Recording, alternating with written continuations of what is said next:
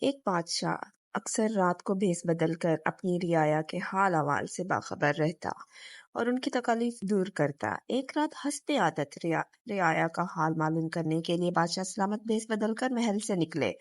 گشت کرتے ہوئے ایک ویرانے سے گزرے۔ وہاں چند آدمی بیٹھے آہستہ آہستہ باتیں کر رہے تھے۔ بادشاہ بھی ان کے قریب جا بیٹھا۔ دعا سلام کے بعد پوچھا، تم لوگ کون ہو؟ رات گئے یہاں کیا کر رہے ہو؟ انہوں نے جواب دیا، ہم چور ہیں، اور اب یہ بتاؤ تم کون ہو؟ بادشاہ، بس میں یہی تمہیں میں سے ہوں۔ یہ سن کر وہ خوش ہوئے اور خوش آمدید کہا۔ وہ آپس میں اپنے اپنے ہنر اور کمال کے بارے میں باتیں کر رہے تھے۔ پہلے نے کہا، میرے کانوں میں یہ کمال حاصل ہے کہ رات کو جب کتا بھونکتا ہے تو میں سمجھ جاتا ہوں کہ وہ کیا کہہ رہا ہے۔ سب نے سن کر کہا، بھائی واہ، یہ تو بڑے کمال کی بات ہے۔ دوسرا کہنے لگا، اے مال عذر کے پجاریوں، میری آنکھوں میں یہ خوبی ہے کہ رات کو کیسا ہی گھپ اندھیرا ہو، جس کسی کو میں اس اندھیرے میں دیکھ لیتا ہوں تو دن کی روشنی میں دیکھتے ہی پہچان لیتا ہوں۔ تیسرے نے کہا، میرے بازوؤں میں اتنی قوت ہے کہ مضبوط سے مضبوط دیوار میں نقب لگا لیتا ہوں۔ چوتھے نے کہا، میں سونگھ کر بتا دیتا ہوں کہ خزانہ کس جگہ دبا ہوا ہے۔ پانچویں نے کہا، میرے پنجے میں وہ زور ہے کہ اونچی سے اونچی جگہ پر رسی پھینک سکتا ہوں۔ پھر انہوں نے بادشاہ کی طرف دیکھ کر کہا، ہاں بھائی، اب تو بھی بتا تجھ میں کیا کمال ہے؟ بادشاہ نے جواب دیا، یارو میرا کیا پوچھتے ہو؟ اللہ کی مہربانی سے میری داڑھی میں ایک خاص وصف ہے، وہ مجرم کو قید سے رہا کرا دیتی ہے، یا جن کو قتل کی سزا سنا دی جائے اس وقت اگر میں داڑھی ہلا دوں تو انہیں باعزت رہا کر دیا جاتا ہے۔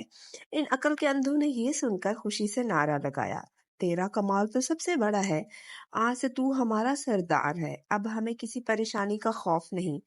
اس کے بعد چوری کا پروگرام طے کیا اور پھر چل پڑے۔ بادشاہ کے محل کی جانب نکلے، کتے کے بھونکنے کی آواز آئی۔ جو چور کتوں کی بولی سمجھنے کا دعویٰ کرتا تھا ہراساں ہو کر دبی زبان میں بولا، غضب ہو گیا، یہ کتا کہہ رہا ہے کہ بادشاہ تمہارے دائیں بائیں ہی موجود ہے۔ یہ سن کر دوسرے چور ہنس پڑے اور بولے، ابے تجھے کیا ہو گیا ہے؟ بادشاہ کا کہا، یہاں کیا کام؟ وہ اس وقت محل میں اپنے آرام دہ بستر پر خراٹیں دے رہا ہوگا۔ اتنے میں دوسرے چور نے کہا، دوستو، شاہی خزانہ قریب ہی آ گیا ہے اور بس اب تم اپنے اپنے فن کا مظاہرہ کرو۔ رسی پھینکنے والے نے محل کی چھت پر رسی پھینکی، پھر وہ سب آہستہ آہستہ رسی کے ذریعے محل کی چھت پر جا پہنچے۔ نقب زن نے نقب لگائی اور اس کمرے میں ساتھیوں کو لے گیا جہاں شاہی خزانہ موجود تھا، جس کے جو ہاتھ لگا جی بھر کر سمیٹا۔ اشرفیاں، ہیرے جواہر، سونے چاندی کے برتن وہاں سے نکال کر سارا مال ایک محفوظ جگہ پر چھپا دیا اور خود اپنی جائے پناہ میں جا کر بیٹھ گئے۔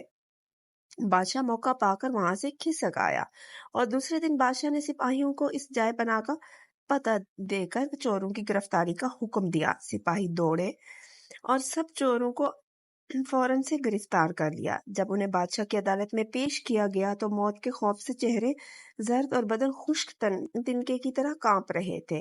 ان میں سے وہ آدمی جو رات کی تاریکی میں کسی کو دیکھ کر دل میں پہچان لینے کا دعویٰ کرتا تھا، اس کی نظر جو ہی بادشاہ کے چہرے پر پڑی تو اس نے ہاتھ باندھ کر عرض کی، ہم سب نے تو اپنا اپنا کمال دکھا چکے، ہم نے سب نے اپنا اپنا کمال دکھا لیا، ہماری جان پہ آئے ہمارا یہ کام، بے شک ہمارا ہر کمال بدبختی اور آفت ہی ڈھاتا رہا، یہاں تک کہ ہمارے ہاتھ اور پاؤں بندھ گئے، جلاد ہماری گردنیں اڑا دینے کے لیے کھڑا ہے، ہمارے ہنر ہمیں موت کے پنجے سے نہیں چھڑا سکتے۔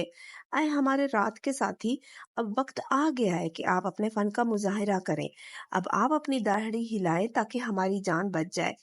بادشاہ کو اس کی باتیں سن کر رحم آ گیا، اس نے اپنی گردن ہلا کر حکم دیا، ان کو رہا کر دیا جائے۔